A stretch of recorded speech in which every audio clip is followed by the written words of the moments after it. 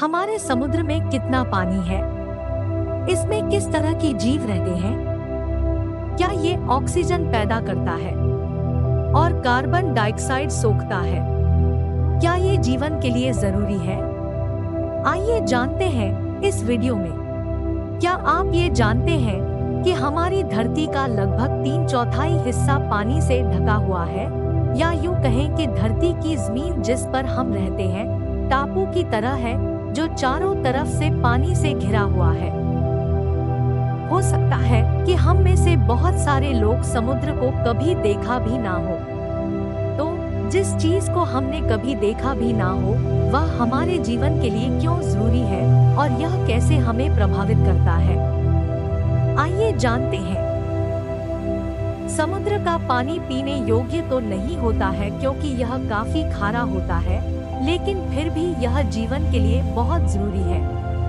और वैज्ञानिकों का मानना है कि धरती पर जीवन की शुरुआत भी समुद्र में ही हुआ था। धरती पर कुल 5 समुद्र है। इसमें सबसे बड़ा प्रशांत महासागर है।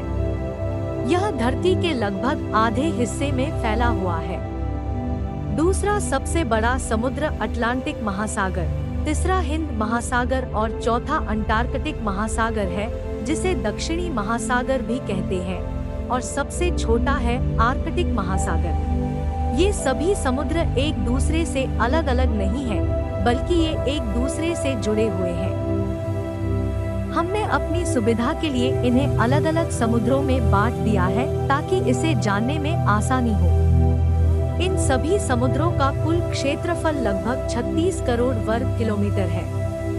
अगर आप ये अंदाजा लगाना चाहते हैं कि हमारे समुद्र में कुल कितना पानी है, तो कल्पना कीजिए एक ऐसे पानी के दुनिया की जो 3 करोड़ 65 लाख किलोमीटर लंबा, इतना ही चौड़ा और इतना ही गहरा है। हालांकि समुद्र का सतह कोई समतल नहीं है, कहीं यह बहुत गहरा है तो कहीं बहुत ही उथला।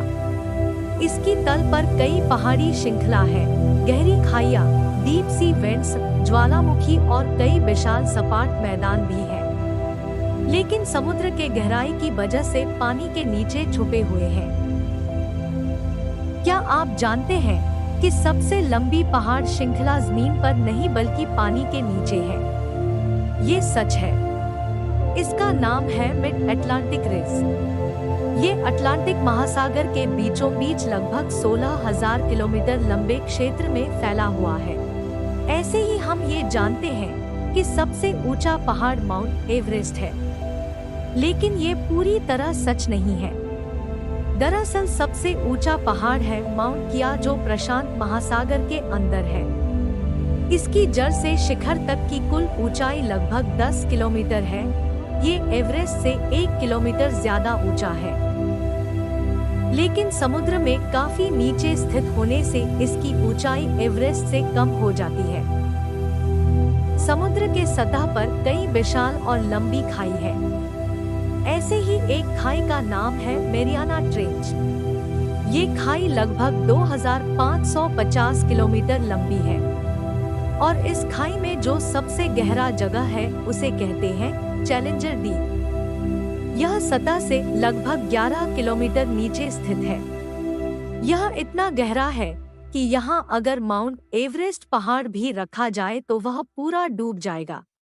इसके अलावा समुद्र के तल पर कई ज्वालामुखियां और ओशेनिक वेंट्स भी हैं, जिससे पिघला हुआ लावा धरती के अंदरूनी हिस्से से निकलती रहती है। वैज्ञानिकों का अनुमान है कि यही वो वेंट्स हैं जिससे धरती के पहले जीव ने जीवन के लिए जरूरी ऊर्जा प्राप्त किया होगा। समुद्र में रहने वाले जीव जंतु भी जमीन पर रहने वाले प्राणियों से काफी अलग हैं। यहाँ बहुत छोटे और सूक्ष्म जीव से लेकर विशालकाय प्राणी रहते हैं। यहाँ विशालकाय शार्क मिलते हैं, जो वास्तव में बड़ी मछलियाँ होती हैं। शार्कों की लगभग 500 प्रजातियाँ मिलती हैं। इनमें कुछ इतने विशाल और ताकतवर होते हैं कि इंसान का तो एक झटके में जान ले ले। यहाँ विशाल व्हेल भी मिलते हैं। व्हेलों की कुल 90 प्रजातियां मिलती हैं। इनमें से एक है ब्लू व्हेल। यह धरती पर पैदा हुए अब तक का सबसे बड़ा प्राणी है। ये डायनासोर से भी बड़ा होता है। यह 100 फीट लंबा और 1 लाख किलो वजनी हो सकती है। लेकिन क्या आप जानते हैं कि व्हेल के पूर्वज जमीन पर रहने वाला 4 पैरों वाला जीव था? यह सच है। व्हेल हमेशा से पानी में नहीं रहता आया है, बल्कि इनके पूर्वज, जिसे हम आर्टियोडैक्टिल्स कहते हैं, जमीन पर रहते थे। ये समुद्रों के तटों पर रहते थे और समुद्र में मिलने वाले जीवों से अपना भोजन प्राप्त करते थे। लेकिन धीरे धीरे ये समुद्र के हिसाब से ढलने लगे और समुद्र में ही रहने लगे। समय के साथ इनके पिछले दोनों पैर छोटे होते गए और एक समय के बाद पूरी तरह से गायब हो गए। वहीं अगले दोनों पैर फ्लिपर्स में विकसित हो गए, जो इन्हें तैरने में मदद करने लगे। समुद्र में ऐसे और कई सारे विचित्र प्राणी मिलते हैं, जैसे octopus, squids, starfish, sea lion, मैंटी आदि। और भविष्य में हमें ऐसे कई और प्राणी मिलेंगे जिनके बारे में हम आज जानते भी नहीं हैं, क्योंकि आज भी समुद्र का ज्यादातर हिस्सा की खोजबीन बाकी है। लेकिन ये विशालकाय जीव ही हमें हैरान नहीं करते। यहाँ एक बहुत सूक्ष्म जीव मिलते हैं, जिसे हम फाइटोप्लैंक्टन्स कहते हैं। ये छोटे छोटे जीव पौधों की तरह प्रकाश संश्लेषण की प्रक्रिया करते हैं और इस प्रक्रिया में विशाल मात्रा में ऑक्सीजन पैदा होता है। तो जो ऑक्सीजन हम श्वास में ग्रहण करते हैं, वह सिर्फ जंगलों या धरती पर पाए जाने वाले पौधों से नहीं, बल्कि समुद्र में पाए जाने वाले इन जीवों से भी आते हैं। लगभग 50% ऑक्सीजन समुद्र से ही आते हैं। या यूं कहें कि आपके हर दूसरे श्वास के लिए जरूरी ऑक्सीजन समुद्रों से आता है। समुद्र हमें सिर्फ ऑक्सीजन ही नहीं देता है, यह हमें पीने के लिए पानी भी उपलब्ध कराता है। क्या आप धरती पर चलने वाले वाटर साइकिल को जानते हैं? ये प्रक्रिया कुछ ऐसा होता है, सूरज की गर्मी पाकर पानी भाप बनकर ऊपर उठता है। ऊपर जाकर ठंडा होकर पुनः पानी के बूंदों में बदल जाता है और वापस बारिश और बर्फबारी के जरिए जमीन पर आ जाता है। इसी प्रक्रिया को हम वाटर साइकिल कहते हैं। अब चूंकि समुद्र धरती के ज्यादातर जगह पर फैला हुआ है, तो इससे विशाल मात्रा में पानी भाप बनकर हवा में चला जाता है। हवा इन्हें बहाकर एक जगह से दूसरे जगह ले आते हैं। फिर ये पानी बारिश के द्वारा जमीन पे आ जाती है। यही पानी ऊंचे पहाड़ों पर बर्फ के रूप में जम जाती है, जो पिघलकर ज्यादातर नदियों को पानी प्रदान करती है। और यही से पानी हमारे घरों में भी आता है, जिसे हम पीते हैं और जीवित रहते हैं। हम सभी ने मॉनसून की बारिश का आनंद जरूर ही लिया होगा।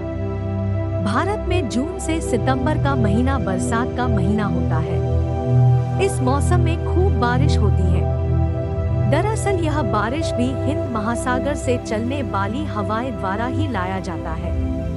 यह बारिश का पानी भी समुद्र से ही आता है। समुद्र हमारे द्वारा छोड़े गए कार्बन डाइऑक्साइड के विशाल मात्रा को भी सोख लेती है।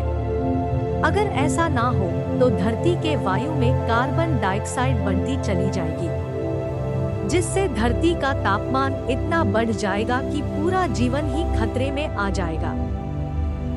समुद्र धरती के जलवायु को भी नियंत्रित करती है।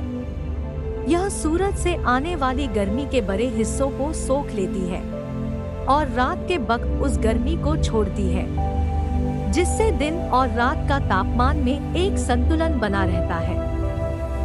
अगर समुद्र ना हो तो दिन बेहद गर्म और रात बेहद ठंडी हो जाएगी और धरती हमारे रहने के लिए अनुकूल नहीं रहेगी। इसलिए समुद्र हमसे बहुत दूर होने के बावजूद यह हमारे लिए जरूरी है। यह जीवन के लिए जरूरी है। आशा है कि ये वीडियो आपको पसंद आई होगी। ऐसे ही रोचक एवं महत्वपूर्ण जानकारियों के लिए हमारे साथ जुड़े रहें और चैनल जरूर सब्सक्राइब करें। मिलते हैं अगले वीडियो में कुछ और महत्वपूर्ण जानकारियों के साथ। धन्यवाद।